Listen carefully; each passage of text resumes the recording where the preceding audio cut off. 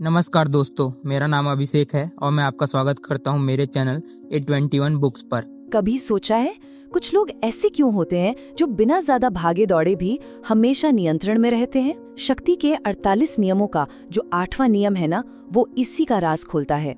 नियम कहता है दूसरों को अपने पास आने पर मजबूर करो। तो आज हम इसी शक्तिशाली सिद्धांत को समझेंगे और देखेंगे कि कैसे अपनी जगह पर रहकर ही खेल का असली बादशाह बना जा सकता है।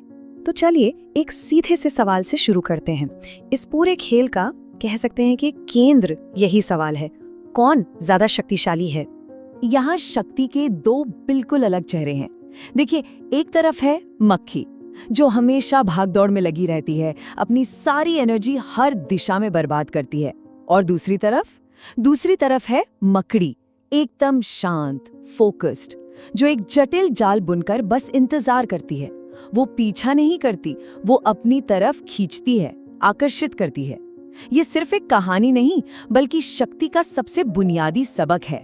तो चलिए मकड़ी और मक्खी के सिद्धांत को जरा और गहराई से समझते हैं। देखते हैं कि असल में ये नियंत्रण का, ये कंट्रोल का असली मतलब होता क्या है। इस नियम का सार बस इतना ही है। सोचिए, जब कोई आपकी शर्तों पर आपके मैदान में खेलने आता है तो सारे नियम कौन तय करता है? जाहिर है आप। चाहे वो कोई बिजनेस मीटिंग हो या कोई जरूरी बातचीत, पहल को अपने हाथ में रखना ही पावर की असली चाबी है। अब देखते हैं कि यही सिद्धांत असल जिंदगी में कैसा दिखता है, खासकर जब इसे गलत तरीके से इस्तेमाल किया जाए। चलिए मिलते हैं राहुल से, हमारा हताश सेल्समैन, जो बिल्कुल एक मक्खी की तरह ही काम करता है। तो राहुल की सबसे पहली और सबसे बड़ी गलती उसकी बेताबी। वो क्लाइंट को रोज फोन करता है मिलने के लिए, आप कह सकते हैं गिड़गिड़ाता है, और कहता क्या है, सर मैं आपके ऑफिस आ जाता हूँ। बस यही वो एक लाइन थी जिसमें उसने अपनी सारी की सारी पावर सामने वाले के हाथ में दी। अब जरा राहुल के सफर की कल्पना कीजिए। मुंबई की वो चिपचिपी गर्मी, लोकल ट्रेन की धक्का मुक्की और उसमें 2 घंटे का सफर। मतलब जब तक वो क्लाइंट के ऑफिस पहुंचता है, मीटिंग शुरू होने से पहले ही उसकी आधी से ज्यादा एनर्जी तो खत्म हो चुकी है।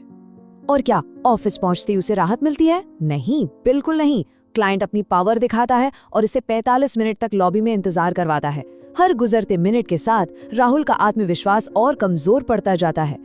अब सोचिए, जब तक मीटिंग शुरू होती है, राहुल की हालत क्या है? थका हुआ, पसीने में डूबा हुआ, और उसके चेहरे पर उसकी गरज साफ साफ दिख रही है। क्लाइंट एक ही नजर में समझ जाता है कि ये आदमी किसी भी कीमत पर यह डील करने को तैयार है। तो नतीजा क्या निकला? ठीक वही जो होना था।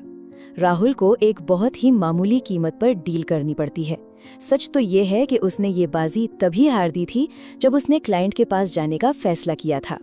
चलिए अब सिक्के का दूसरा पहलू देखते हैं। मक्खी की कहानी तो देख ली, अब मकड़ी से मिलते हैं।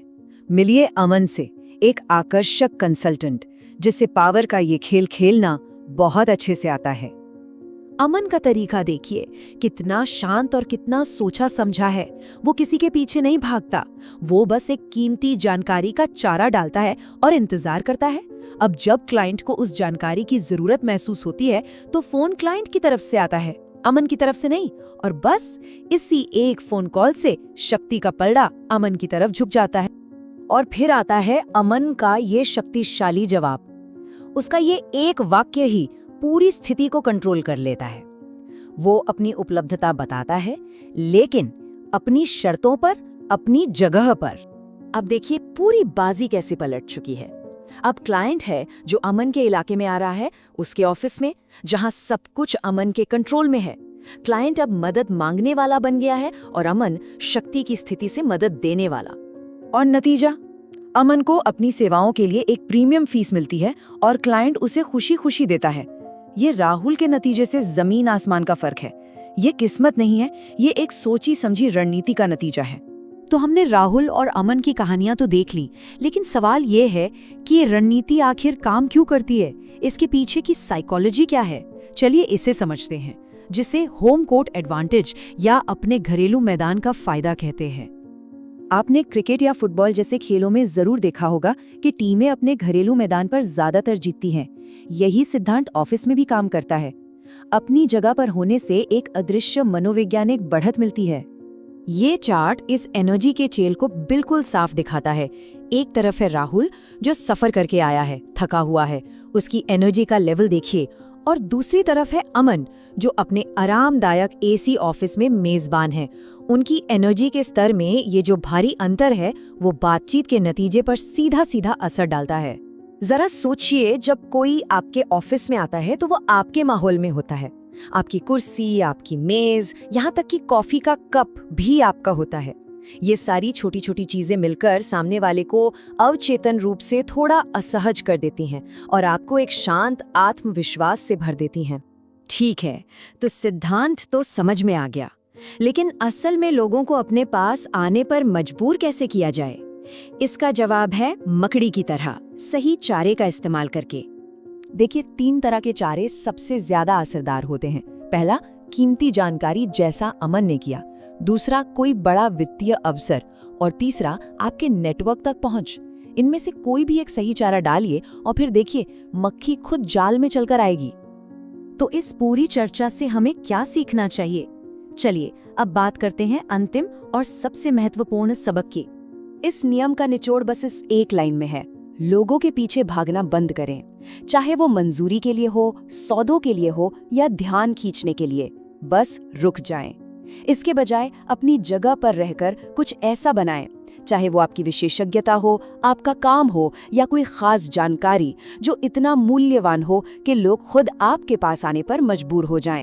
तो अब सवाल ये है कि अपनी स्थिति को मजबूत करने के लिए और नियंत्रण अपने हाथ में लेने के लिए ऐसा कौन सा मूल्यवान चारा बनाने पर काम किया जा सकता है जो दूसरों को आपकी तरफ खींच लाए? इस पर सोचिएगा जरूर।